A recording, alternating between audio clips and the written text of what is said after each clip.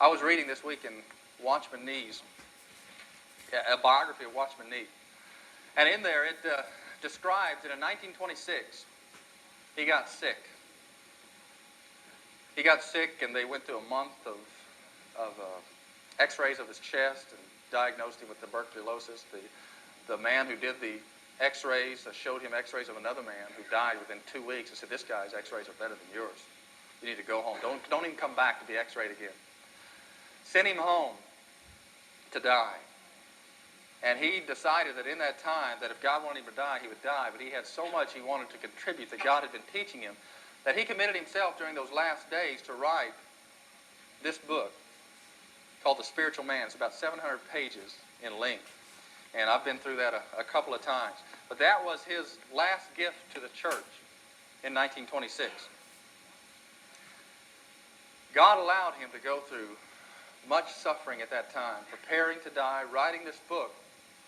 But after he got through writing the book, he began to get a sense that he needed to pray and that God would begin to let this storm pass. He went through 176 days bedridden. Couldn't even get up and dress himself. After those days, he was prepared to die at that point, was making his preparations to die that particular day. People in the church across the street were praying for him. They started in the morning and had prayed all the way till 3 o'clock that afternoon for God to work in his life.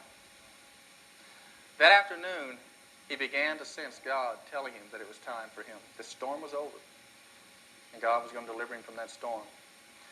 He sat up in the bed with all the strength that he had, and he said that the perspiration was just falling off him like rain. He'd never dressed himself in 176 days, but he dressed himself that day. And then the next thing was to stand up from the bed.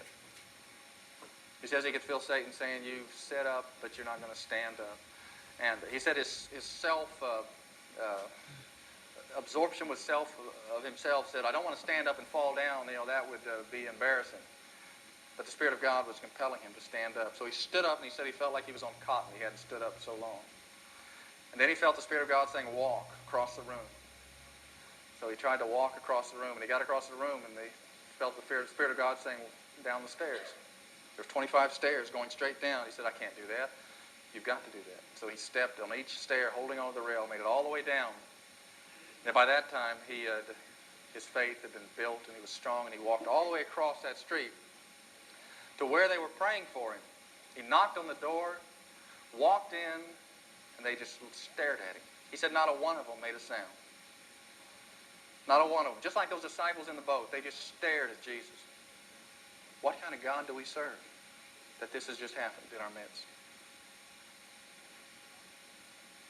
That doctor that diagnosed his death, in 1932, he went to the same house because they were bidding on curtains because the doctor had died.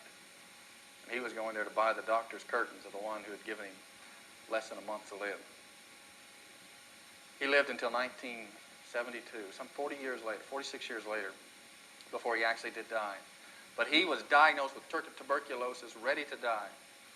And God allowed that storm in his life, but at a certain time, God said, "No more storm." We've gone way over time.